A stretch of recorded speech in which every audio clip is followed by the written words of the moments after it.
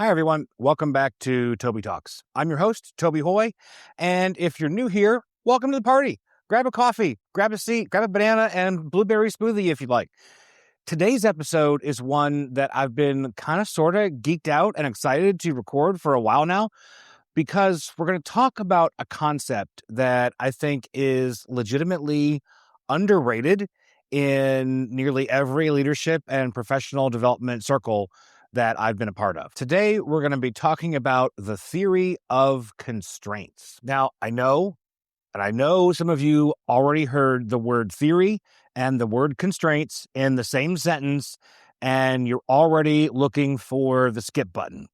I get it. It sounds academic. It sounds like it's something that lived inside of an obscure business school textbook, right next to phrases and terms like synergize and leverage our core competencies. But stick with me for a few minutes because the theory of constraints might be the single most practical framework that I've ever come across for figuring out why things aren't working or why they're not working as good as they could. Whether we're talking about your team, your company, your project, or even just your personal productivity. And once it clicks, once it really resonates in your head, you will genuinely start seeing it everywhere you look. So let's dive right in. Let me start with a scenario that I think most of you will likely recognize. Imagine for a second that you're leading a team doing whatever. Everyone is busy. Everyone is working hard.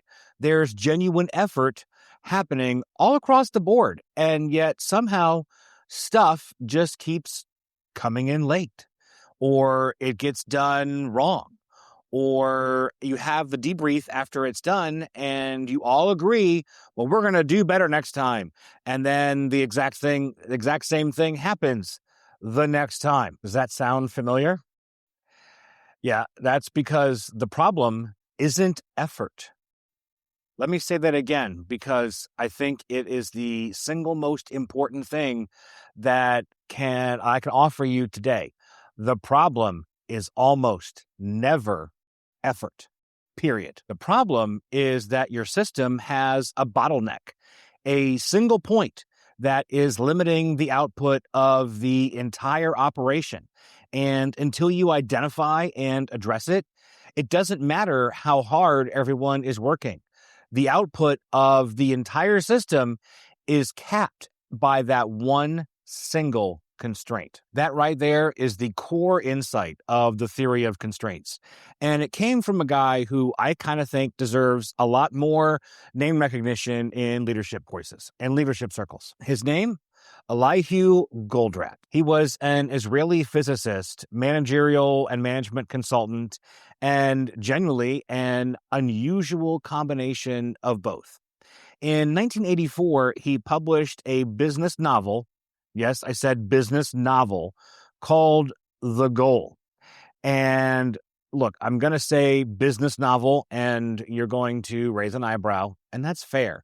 It's not exactly a genre that has produced many hits, but The Goal is legitimately great. It follows a plant manager in the story named Alex Rogo, who has 3 months or is 3 months away from having his factory shut down. He needs to turn the place around fast. And he gets help from a former professor named Jonah, who keeps asking him infuriatingly Socratic method questions instead of just giving him the answers that he's looking for. Throughout the story, Goldratt lays out the theory of constraints in a way that actually makes it click for people who would never read a textbook, urge alone a business textbook. The book sold millions of copies, and it is still widely read today. And the framework that it introduced has been applied in manufacturing, in healthcare, in software development, education, financial services, and pretty much everywhere else that humans get together and do work collaboratively. So that's where it comes from. Now we'll talk about what it actually says. The foundational premise of the theory of constraints is this. Every system, everywhere, has at least one constraint, and that constraint determines the maximum output of the entire system. A constraint is anything that limits the system's performance. It could be a slow machine. It could be a person with a unique skill set that no one else has and only they can do. It could be a single approver in an approval change. It could just be an outdated piece of software, or it could be a policy or a rule. In the book, Goldratt used the metaphor of a chain. A chain is only as strong as its weakest link. You can reinforce every other link in the chain until it's made of solid titanium. But if the one link is weak, that's the failure point. The chain doesn't get any stronger just because you made all of the other links better. And here's the part that stings a little bit. Most organizations spend most of their time and money strengthening the strong links. They optimize the parts of the system that are already working fine because those parts are easier to improve and the wins are a lot more visible. Meanwhile, the constraint just sits there, quality, quietly choking the overall performance of the entire operation. I like to think of this a little bit like a garden hose with a kink in it. You can crank the faucet as wide open as you want. You can buy a fancy new hose. You can get your whole team to stand around it offering encouragement and saying, "Go, hose, go." None of it matters or makes any difference until someone deals with the kink in the hose. The kink is your constraint. And until you name it and identify it and deal with it, you're just wasting water. So let's get into the actual framework. Goldratt gave us 5 steps for managing constraints, and he called them the 5 focusing steps. I love this name because it implies exactly what it is.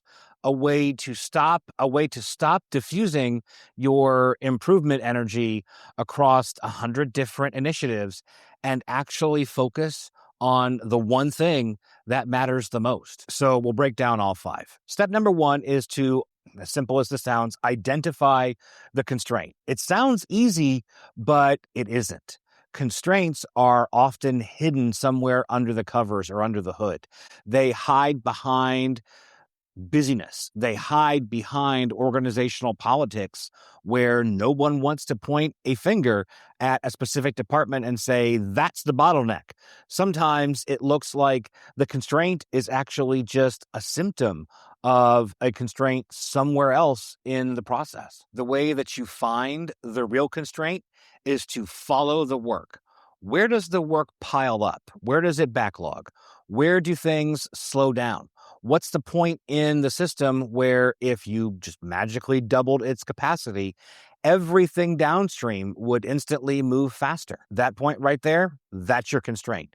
It's often not where you think it is. And once you find it, the next 4 steps all flow from that single identification. So step number 2 is to exploit the constraint. Exploit it's an interesting word choice here, right?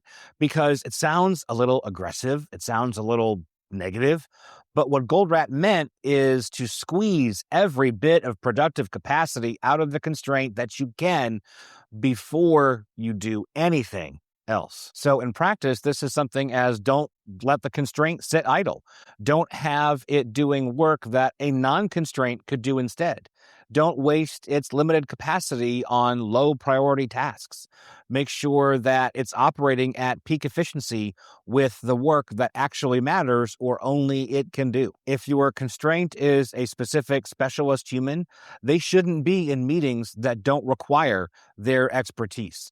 They shouldn't be doing administrative or clerical work that somebody else could handle.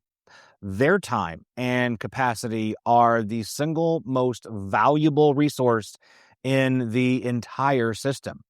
So treat it accordingly. If your constraint is a piece of equipment, don't schedule it for non-essential maintenance during peak production windows. Make sure that it always has work available so it is never sitting there idle and waiting for something else upstream. The key point here is that exploiting the constraint doesn't necessarily cost anything. You're not adding resources, you're not adding headcount, you're just being smarter about the resources that you already have. If this is done well, this step alone can produce significant improvements in the productivity of the entire operation. Step number 3 in the process is to subordinate everything else to the constraint. And this is the step that breaks people's brains a little bit because it requires you to deliberately operate other parts of your system at less than full efficiency. And that feels just wrong. So here's the logic there. If your constraint can only process a certain amount of work per day, and everything upstream is producing more than that, then you're not helping the system. You're creating a pile ahead of the constraint. Work just accumulates in front of the constraint. Stress increases, quality can suffer, and the people at the constraint often will feel and are overwhelmed because work keeps arriving faster than they can actually process it. The solution there, the simple solution, is to pace the upstream work to match the constraint's capacity, not faster, exactly as fast as the constraint can handle. Now, if your metrics are measuring individual departments by their own throughput, this looks absolutely terrible. The upstream team seems to be slacking off. But if you measure the system's overall output, you'll see that subordinating the constraint improves results, period. Because the point was never to maximize how much each part in the process produces. The point was to maximize how much the entire system or the entire process produces. This is the step that requires leadership. It requires courage and honesty because you have to explain to people while you are deliberately throttling or slowing some things down. And that's a conversation that runs counter to most people's instincts about productivity. Step 4 in the 5 focusing steps is to elevate the constraint. If you work through steps 1, 2, and 3, and the constraint is still limiting you, now you bring in additional resources. If it's a people issue, you hire more headcount. You buy more equipment if it's an issue, or you outsource. You redesign the process. You do whatever it takes to genuinely increase the constraint's capacity. Notice where this particular step falls in the process. Fourth, not first, fourth. It's the common organizational response to a bottleneck is to just throw money at it immediately. New software, new headcount, new equipment, whatever it is in the particular scenario. And sometimes that is the right answer or the only answer. But if you haven't at first exploited the constraint and subordinated everything else to the constraint, then you might be solving a problem that you don't actually have, or you might be solving a problem somewhere else in the process, or solving a symptom when the real constraint stays hidden. Elevation is the most expensive step in the framework. So use it after you have done the work to confirm that it's actually necessary. Step 5 in this process is to return to step 1. And here's the beautiful but slightly exhausting truth about fixing constraints. When you successfully elevate a constraint, it's no longer the bottleneck. That bottleneck is going to shift somewhere else in the system. Something else that used to be a non-constraint is now the weakest link in the process. So now your process starts all over again at step number 1. Identify, exploit, subordinate, elevate, and then repeat over and over and over again. This is a continuous improvement framework, not a one-time, short-time fix. The work and process improvement is never really finished because the constraint never permanently disappears. It just changes its address. And that's actually really great news because it means that there is always an opportunity to improve, always a next problem to solve, and always a next step forward. I do want to take a few moments here and talk about where this shows up beyond the factory floor, because I think the theory of constraints is sometimes written off as a manufacturing or creation only concept. And that's really a shame. So let's talk about knowledge work, office work specifically. In software development, there is an entire methodology called the theory of constraints, which is closely related to the concepts that you might already know, like lean development or agile. The key insight is that software development, the constraint is often not writing the code. It's usually review, testing, or QA, getting requirements clear in the first place, or the deployment pipeline. When development teams focus purely on writing code as fast as possible without accounting for where the actual bottleneck is, they create the kind of work pileup that we already talked about earlier. Features get written and then they sit in the queue waiting for review. Bugs get discovered late because testing got overwhelmed. Each individual component of that particular team looks productive, but the product isn't actually shipping on the truck. So, applying the theory of constraints to software might mean slowing down how quickly code gets written and shifting some devs to maybe help with code review or testing if necessary, because that is where the constraint is. That sounds counterintuitive, and it is, but it absolutely works. In the professional services side of software, the constraint is often a specific senior person whose judgment is required at too many points in the workflow.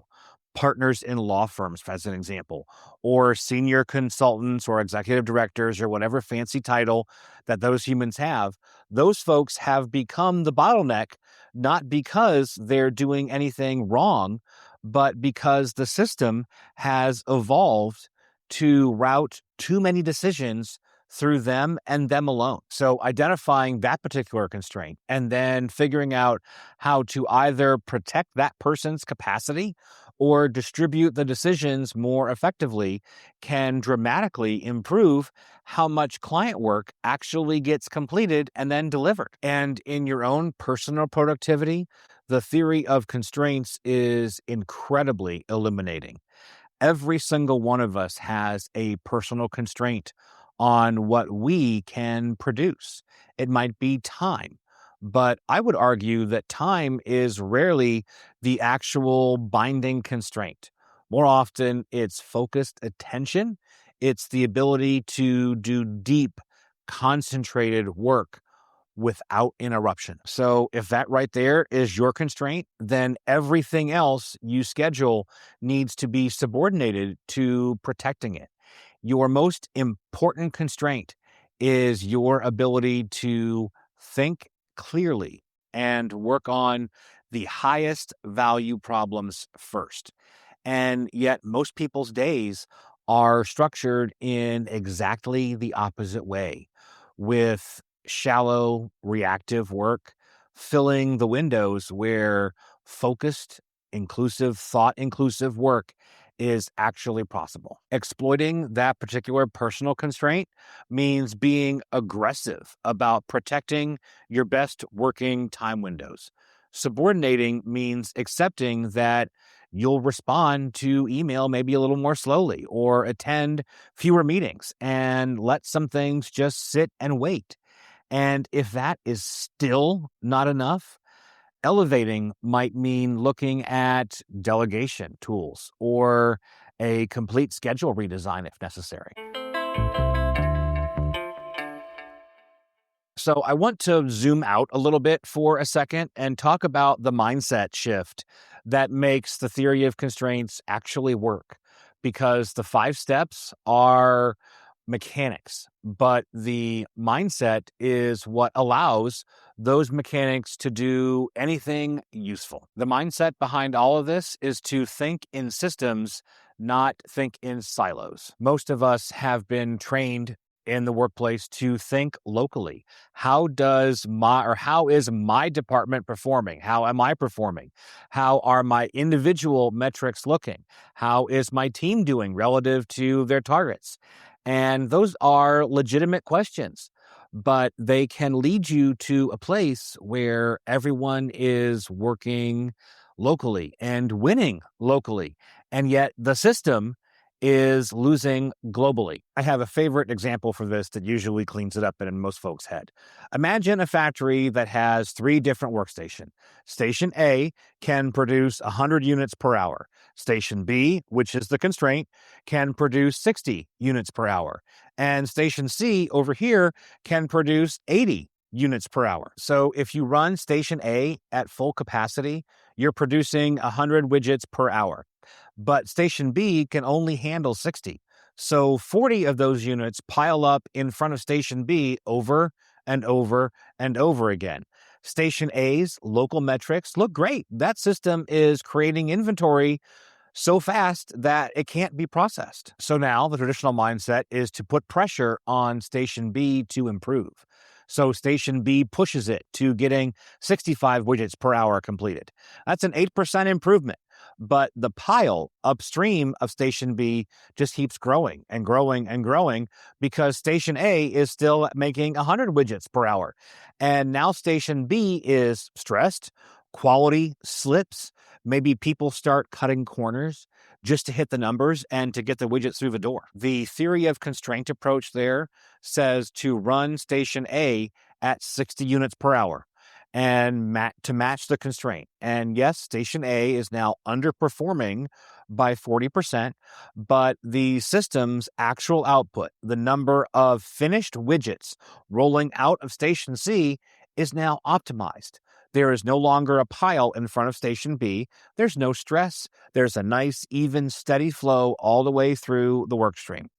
So measuring local efficiency while ignoring the system throughput is one of the most expensive mistakes that organizations will make. And it's really, really common. So we've covered a lot already. So let's land this plane. I want to give you some practical takeaways that you can actually start using this week. The first thing is to put on your scavenger hunt and go find your constraint. Pick one system that you're responsible for. And whether it's a team process, a personal workflow, or a project that just always runs late every single time, follow the work. Where does it pile up? Where does it slow down? And what would need to move faster in order to make everything else move faster? That right there is your constraint. Name it, write it down. The second is before you add resources and throw money at the problem, exploit it first. If you've identified a bottleneck, resist the instinct to go higher or buy more immediately. Ask questions first. Is the constraint working on the right things? Is it spending time on tasks that could be done elsewhere? Is it sitting idle at any point of the day? And get the most out of what you have before you invest in more. The third takeaway is to check your metrics. Are you measuring local efficiency or system throughput? If your performance management system rewards departments for optimizing their own output while without accounting for the overall system impact, you're probably reinforcing the wrong behavior. And that is a significantly harder fix, but it starts with awareness. You cannot fix what you don't know is broken. The fourth takeaway is to have the subordination conversation. If you're a leader and you've identified a constraint, you owe your team an explanation or of why some of those things might be deliberately slow or slowed down or be deprioritized in service of the bottleneck. Don't just change the priorities without any context. People need to understand the logic behind it or they'll resist it. Because if it genuinely does look counterintuitive from the inside. And the fifth takeaway is to embrace iteration. When you fix one constraint, another one emerges, and that's not failure. That is the system working as it should be. Keep going back to step one, make it a practice and a workflow and a cycle, not a one-off project. The theory of constraints is one of those frameworks that once you really get it and truly understand it, it feels like someone handed you a brand new pair of glasses. You start seeing constraints everywhere. There's one, and there's one, and there's one. In team meetings, your project plans, your own calendar, and every single organization around you. Goldratt's core argument was that common sense isn't actually that common when it comes to how organizations operate. We build overly complex systems and then optimize the wrong parts of them because we're not asking the right questions. The theory of constraints gives you the right question. What is the one thing that limits the entire system? Not what 10 things, not a list of opportunities, the one thing, the one single thing that is the constraint. Identify that, and everything else follows from there. So that's it for today's episode. If this resonated with you, I would love if you would write a review, share it with a colleague, or drop a comment wherever you're listening. Generally helps more people find the show. And if you want to go deeper on the topic, Goldratt's book, The Goal, is the place to start. It's readable, it's a story, and you probably will actually enjoy it. There's a follow-up also out there called It's Not Luck that extends the thinking into sales and strategy, which is worth your time if you get hooked on the first one. So thanks for spending some time with me today. Again, I'm Toby Hoy, and this is Toby Talks. Keep finding those constraints and keep pushing forward, and I'll see you next week.